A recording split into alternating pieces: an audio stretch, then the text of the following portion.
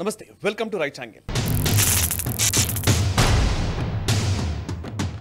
వాతావరణం మారింది, వర్షాకాలం వచ్చేసింది. ఈ సమయంలో అనేక మందికి వైరల్ జ్వరాలతో ఇబ్బందులు పడుతున్న వాళ్ళు చాలా మంది ఉంటారు.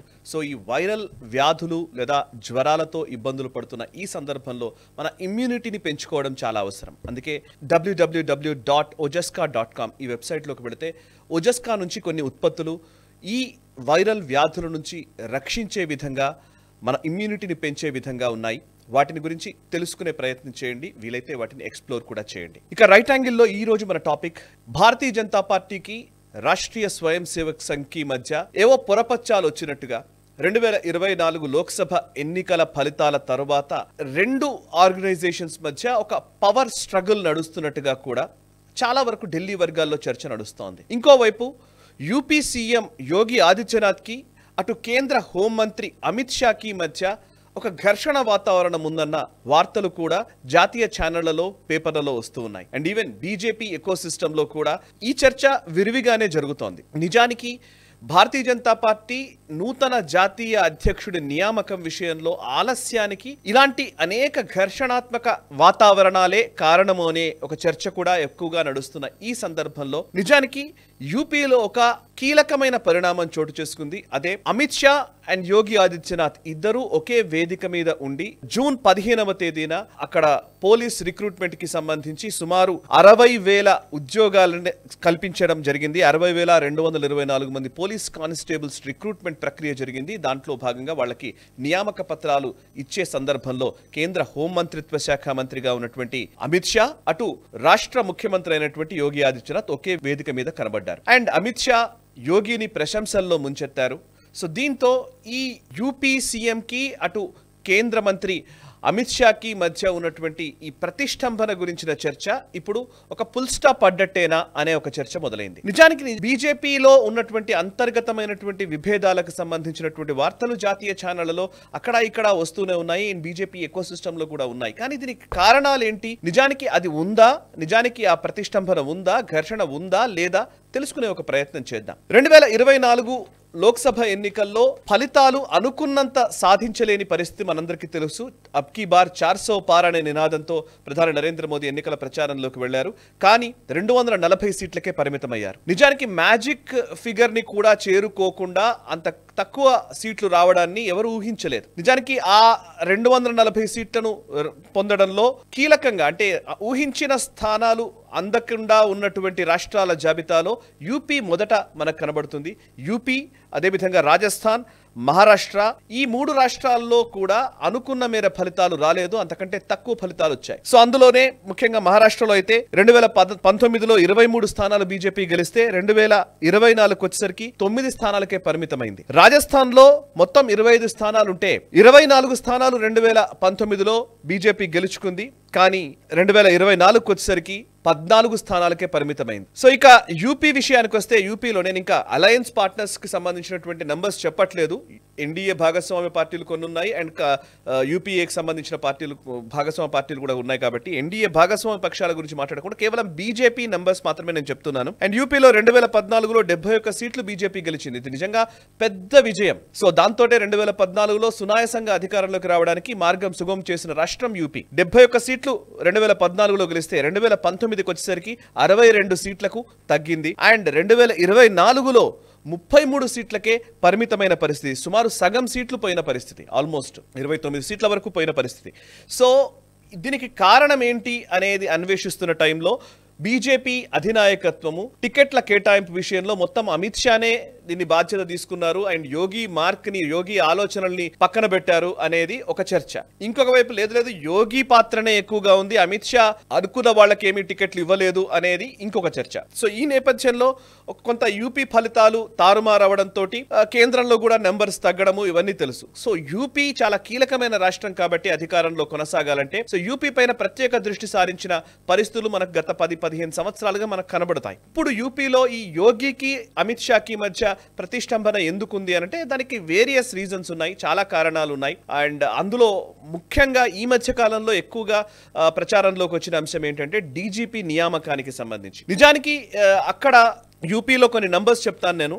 యూపీలో యోగి ఆదిత్యనాథ్ ముఖ్యమంత్రి అయిన తర్వాత 2017 నుంచి ఇప్పటి వరకు 9 మంది డీజీపీలు మారారు. అండ్ అందులోనూ 5గురు కేవలం యాక్టింగ్ డీజీపీలుగానే కొనసాగుతూ వస్తున్నారు. గత 5గురు డీజీపీలు ఇప్పుడు రీసెంట్ గా కూడా రాజీవ్ కృష్ణని డీజీపీగా నియమించారు, యాక్టింగ్ డీజీపీగా నియమించారు. డీజీపీ అనకంటే కూడా యాక్టింగ్ డీజీపీగా నియమించారు. పూర్తి స్థాయి డీజీపీ నియామకం చేపట్టట్లేదు ఉత్తరప్రదేశ్ లో. సో యాక్టింగ్ డీజీపీగా ఉన్నటువంటి 5గురు కేవలం యాక్టింగ్ డీజీపీలే ఉంటున్నారు. డీజీపీలుగా వాళ్ళని పూర్తి స్థాయి డీజీపీలుగా నియమించట్లేదు. ఈ విషయంలో కేంద్ర హోంమంత్రిత్వ శాఖకి అండ్ యోగి ఆదిత్యనాథ్ కి మధ్య కొంత విభేదాలు వచ్చాయి అనే విషయం గురించి చర్చిస్తున్నారు. నిజానికి బై రూల్ చెప్పాలంటే 2006లో సుప్రీంకోర్టు ఇచ్చినటువంటి ఒక జడ్జిమెంట్ ప్రకారం చెప్పాలంటే స్టేట్ గవర్నమెంట్ ప్రతి రాష్ట్రంలోనూ ఆయా రాష్ట్రాల్లో డీజీపీ నియామకానికి సంబంధించి ఒక 3 పేర్లని వీళ్ళు ప్రతిపాదిస్తారు. సీనియారిటీ ఆధారంగా చేసుకుని 3 పేర్లని యూపీఎస్సీకి పంపిస్తారు. యూపీఎస్సీకి పంపిస్తే యూపీఎస్సీ అందులో నుంచి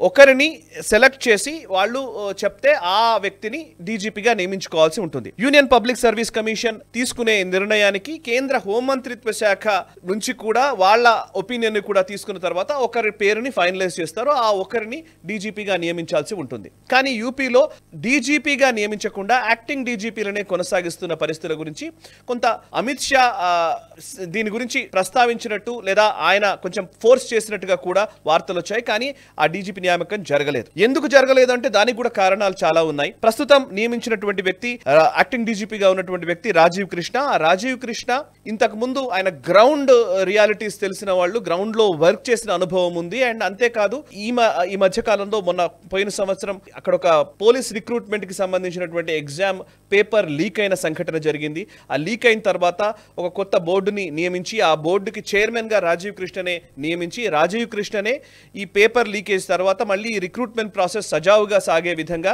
అన్ని చర్యలు తీసుకున్నారు. సో దట్ ఇప్పుడు 60,224 మంది పోలీస్ కానిస్టేబుల్ అని నియమిస్తూ ఈ రోజు నియామక పత్రాలు అందించడానికే అమిత్ షా గారు జూన్ 15వ తేదీన ఇక్కడికి వచ్చారు, ఉత్తరప్రదేశ్కి వచ్చారు. సో ఈ డీజీపీగా ఆయన పని చాలా కింద స్థాయిలో చాలా అద్భుతంగా వర్క్ చేశారు కాబట్టి ఆయననే యాక్టింగ్ డీజీపీగా కొనసాగిస్తామనేది యూపీ ప్రభుత్వ వాదన. అండ్ ఈయన నెక్స్ట్ ఇయర్కి ఈయనకు కూడా సీనియారిటీ వస్తుంది, మిగతా సీనియర్లందరూ రిటైర్ అయిపోతారు. సో ఈయనను పూర్తి స్థాయి డీజీపీగా నియమించే అవకాశాలు ఉన్నాయని కూడా చెప్తున్నారు. సరే, ఇదే విషయం గురించి సమాజ్వాదీ పార్టీ ఏమో ఒకవైపు మరొక విమర్శలు ఎక్కుపెట్టడం మొదలుపెట్టింది. సమాజ్వాదీ పార్టీ అఖిలేష్ యాదవ్ ఏమో ఠాకూర్లనే డీజీపీలుగా నియమిస్తూ వస్తున్నారు అండ్ అందులోనూ యాక్టింగ్ డీజీపీలను పెడుతున్నారు కానీ పూర్తి స్థాయి డీజీపీ నియామకం జరపట్లేదు. లక్నోకి ఢిల్లీకి మధ్య రాజకీయ వైరుధ్యాలుంటే యూపీ ప్రజలు ఏం తప్పు చేశారు అని ఆయన విమర్శలు ఎక్కువ పెడుతున్న పరిస్థితి. నిజానికి అక్కడ లా అండ్ ఆర్డర్ ఖచ్చితంగా సజావుగానే జరుగుతోంది. నిజానికి యూపీలో గతంతో పోల్చితే ఈ రోజు శాంతి భద్రతల సమస్య అసలు లేదనే చెప్పాలి. చాలా వరకు కంట్రోల్ చేయగలుగుతున్నారు యోగి ఆదిత్యనాథ్. సో ఆయనకు తగ్గ వ్యక్తినే కొనసాగించుకునే అవకాశం కూడా లేకపోలేదు. సరే, ఇదొక చర్చ మాత్రమే. అండ్ ఇది మాత్రమే కాదు, ఈవెన్ బీజేపీ ప్రెసిడెంట్ నియామకానికి సంబంధించినటువంటి చర్చ కూడా యూపీలో ఎక్కువగా జరుగుతోంది. అండ్ నిజానికి అమిత్ షా ఈ గత సంవత్సర కాలంలో 2024 లోక్సభ ఎన్నికల ఫలితాల తర్వాత అమిత్ షా అండ్ నరేంద్ర మోదీ జరిగినటువంటి ఆయా రాష్ట్రాల ఎన్నికల్లో ఎక్కువ కీలక బాధ్యతలు ఏం వహించలేదు అనే చర్చ కూడా ఉంది. ముఖ్యంగా హర్యానా ఎలక్షన్స్ లో కావచ్చు, అటు మహారాష్ట్రలో కావచ్చు, ఇటు ఢిల్లీలో కావచ్చు, రాజకీయంగా ఎన్నికల ఫలితాలు విజయాలు నమోదవుతున్నాయి కానీ ఎక్కడో వీకెన్ అవుతున్నదా లీడర్షిప్ అనే చర్చ కూడా మొదలైన సందర్భాలు లేకపోలేదు. ఈ టైంలోనే అమిత్ షా అండ్ యోగి ఆదిత్యనాథ్ ఒకే వేదిక మీద ఉండడము, అందులోనూ యోగి ఆదిత్యనాథ్ని ప్రశంసల్లో ముంచెత్తడము, ఇది ఒక శుభ పరిణామం అని బీజేపీ వర్గాల్లో ఇప్పుడు చర్చ నడుస్తోంది ఢిల్లీ స్థాయిలో. అండ్ బీజేపీ స్టేట్ ప్రెసిడెంట్ నియామకానికి సంబంధించి కూడా లేట్ అవుతూ వచ్చింది. యూపీలో ప్రెసిడెంట్ నియామకం విషయంలో యోగి ఆదిత్యనాథ్ చెప్పిన వ్యక్తిని నియమిస్తారా, లేకపోతే అమిత్ షా లేకపోతే మోదీ అనుకున్న వ్యక్తి వస్తారా, ఆర్ఎస్ఎస్ పాత్రనే ఉంటుందా అనే అంశానికి సంబంధించిన చర్చ కూడా ఉంది. యూపీ ఫలితాల్లో ముఖ్యంగా యూపీలో తక్కువ నంబర్లు రావడానికి కారణం ఎవరిది అనే చర్చ ఇంటర్నల్ గా సీరియస్ గానే నడిచినట్టుగా తెలుస్తోంది. ఆ తర్వాత వాటిలో జరిగినటువంటి తప్పిదాలని తెలుసుకొని ఆ తప్పిదాల నుంచి అధిగమించడానికి మళ్ళీ ప్రయత్నాలు ముమ్మరం చేశారు. అండ్ బై ఎలక్షన్స్ లో అద్భుతమైన విజయాలను కూడా సాధించగలిగారు. యూపీలో ప్రెసిడెంట్ కి సంబంధించి కేశవ్ ప్రసాద్ మౌర్య పేరు రావడము అండ్ ప్రస్తుతం ఉన్నటువంటి భూపేంద్ర చౌదరిని తొలగించే విషయంలో ఒక చర్చ నడుస్తూ ఉండడము, ఈ అన్నిటి నేపథ్యంలో ఈ పర్మిటేషన్స్ అండ్ కాంబినేషన్స్ విషయంలో విపరీతమైన కసరత్తు జరుగుతోంది. మహాకుంభమేళాకి సంబంధించినటువంటి ఏర్పాట్లలో తలమునకలవడం వల్ల సభ్యత్వ నమోదు ప్రక్రియ ఆలస్యం అవ్వడము, ఆ తర్వాత ఢిల్లీ ఎన్నికల ఫలితాలు, ఢిల్లీ ఎన్నికలు రావడంతో ఆ ప్రభావం కూడా ఎక్కువగా ఉండడము, ఆ తర్వాత కేంద్రం పూర్తిగా ఆపరేషన్ సింధూర్ తదనంతర పరిణామాల్లో నిమగ్నం అవ్వడము, ఈ నేపథ్యంలోనే అధ్యక్ష నియామక ప్రక్రియ లేట్ అవుతోందన్న విషయం కూడా జరుగుతోంది. సో నేషనల్ ప్రెసిడెంట్ ఎన్నిక, అదేవిధంగా యూపీ ప్రెసిడెంట్ని ఎన్నుకునే విషయంలో, ఇంకా మిగతా రాష్ట్రాల్లో ఎన్నికల్లో యూపీతో సహా మిగతా రాష్ట్రాల్లో కూడా అధ్యక్ష నియామకాలు జరగనున్న ఈ సందర్భంలో అమిత్ షా, యోగి ఒకే వేదిక మీద ఉన్న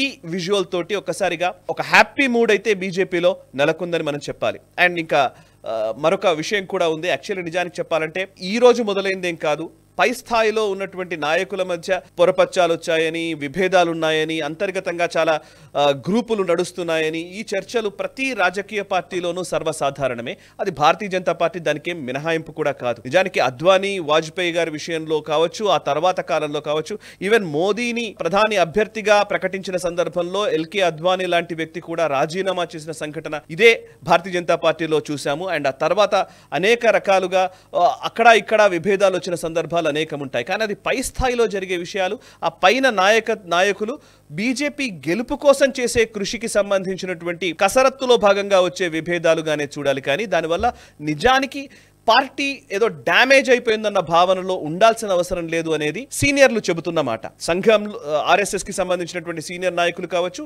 అటు బీజేపీలో ఉన్న వాళ్ళు కావచ్చు, ఇదే మాటని పదే పదే చెప్తూ వస్తూ ఉన్నారు. సో ఓవరాల్ గా ఈ అధ్యక్ష నియామక ప్రక్రియకు సంబంధించినటువంటి అడుగులు వడివడిగా పడుతున్నట్టుగానే కనబడుతోంది. ఎవరు అధ్యక్షుడు అవుతారు అనే విషయానికి సంబంధించిన చర్చ కూడా ఇప్పుడు ఢిల్లీలో హాట్గా నడుస్తోంది. ఈవెన్ జాతీయ అధ్యక్ష బాధ్యతలు స్వీకరించడానికి కిషన్ రెడ్డిని కూడా అడిగినట్టుగా తెలుస్తోంది. కిషన్ రెడ్డి జాతీయ అధ్యక్ష బాధ్యతలు స్వీకరిస్తారా లేదా అనే చర్చ కూడా నడుస్తోంది. సో ఇవన్నీ అంశాల మధ్య ఇదొక మంచి పరిణామమని బీజేపీ శ్రేణులు చెబుతున్న నేపథ్యంలో దాని గురించి మీ ముందుకు తీసుకొచ్చే ప్రయత్నం చేశాను. అండ్ ఈ కొట్లాటలు అంటే నిజానికి కాంగ్రెస్ పార్టీలో ఎక్కువగానే ఉంటాయి. సచిన్ పైలట్కి, అశోక్ గెహ్లట్కి పడట్లేదు, సిద్ధరామయ్యకి, డీకే శివకుమార్కి పడట్లేదు, ఛత్తీస్గఢ్కి సంబంధించి భూపేష్ బఘెల్కి, టీఎస్ సింగ్ దేవ్కి పడదు, అండ్ దిగ్విజయ్ సింగ్కి, కమల్నాథ్కి మధ్య విభేదాలున్నాయి. ఇప్పుడు ప్రస్తుతం రాహుల్ గాంధీకి కోటరీగా ఉన్నటువంటి జయరాం రమేష్ లేదా పవన్ ఖేరా ఇట్లాంటి వాళ్ళు ఒకవైపు ఉంటే, మరొక వైపు చిదంబరం దగ్గర నుంచి అటు శశి థరూర్ దగ్గర నుంచి చాలా మంది ఉన్నట్టుగానే మనకు స్పష్టంగా కనబడుతోంది. సో ఈ నేపథ్యంలో పవర్ స్ట్రగుల్, పవర్ సెంటర్స్ మధ్య విభేదాలు ఇవన్నీ సర్వసాధారణమే. ఆ సహజ ప్రక్రియ నుంచి భారతీయ జనతా పార్టీ అధిగమించి ఎలా ఈ ఇబ్బందుల నుంచి బయటపడి విజయ తీరాలకు వెళ్లడానికి ప్రయత్నం చేస్తుంది అన్నదాన్ని బట్టే బీజేపీ విన్నింగ్ ఛాన్సెస్ ఆధారపడి ఉంటాయి. మీ అభిప్రాయాన్ని కూడా మాతో పంచుకోండి. అండ్ ముఖ్యంగా తెలంగాణ అండ్ ఆంధ్రప్రదేశ్లో ఉన్న విభేదాల గురించి కూడా మీరు చెప్పవచ్చు కామెంట్స్ ద్వారా. చూస్తూనే ఉండండి నేషనల్ స్టప్, మనసా వాచా కర్మణ, దేశహితం కోసం.